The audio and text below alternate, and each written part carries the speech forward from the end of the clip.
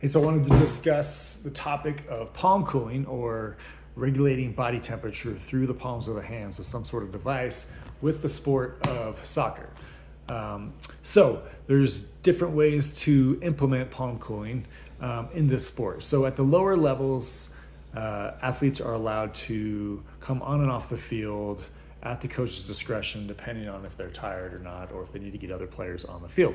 So in these instances, it just makes total sense. Have some cooling devices available so that the kids can pick them up, hold them in their hands, put them on their forehead, and they will do this automatically. You don't even have to teach them to do this. My son's soccer team, we have, half dozen of these on the sideline.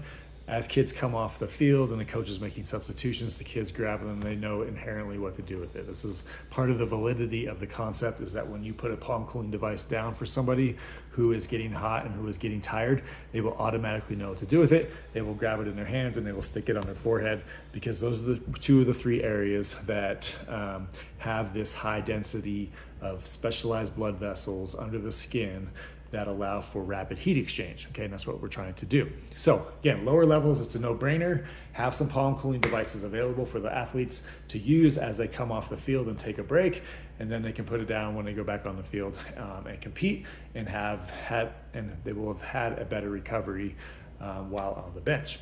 You could also obviously use it during halftime. At upper levels, in-game use of palm cooling is a little bit more specialized, right? So when a player is substituted out, they are not allowed to return to the field. And so there's not really a big reason to have palm cooling available in those situations. I would argue that during halftime, even though halftime is fairly long, it is ideal to help the player regulate their temperature more effectively, more efficiently, and more quickly by having palm cooling available during halftime. So that is one area where you may want to have some of these for your team to help them bring their temperature back down, bring their heart rate back down faster, so that their halftime recovery is more effective.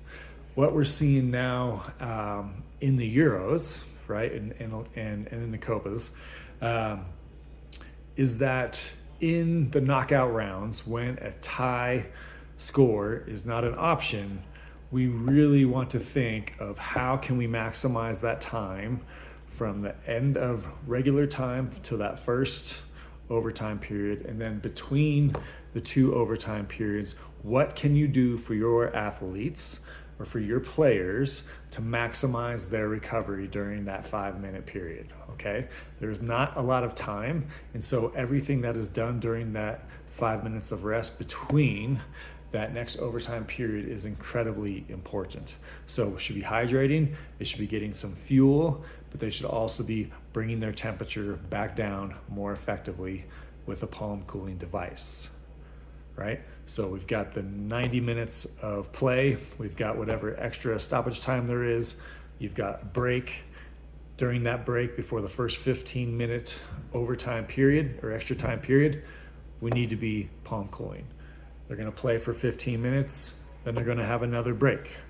Right? So these are the times, and these are maybe the most important minutes of the match to see who is going to go on to the next round. And we see it over, we saw it in the World Cup with in the final with France and Argentina, right? Players were not dumping heat through their palms or forehead. They were hydrating, they were resting obviously, but more could have been done for those teams.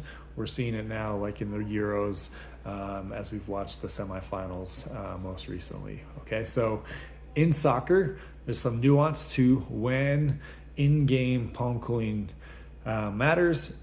In the youth sports where they can sub in and out, yes, have them on the sideline, it's a no-brainer. They're going to use it all the time. You won't even have to teach them what to do. In the higher levels, it's going to be more of a specific tool to deploy when the game is going to go into extra time because there was a tie score at the end of regular time.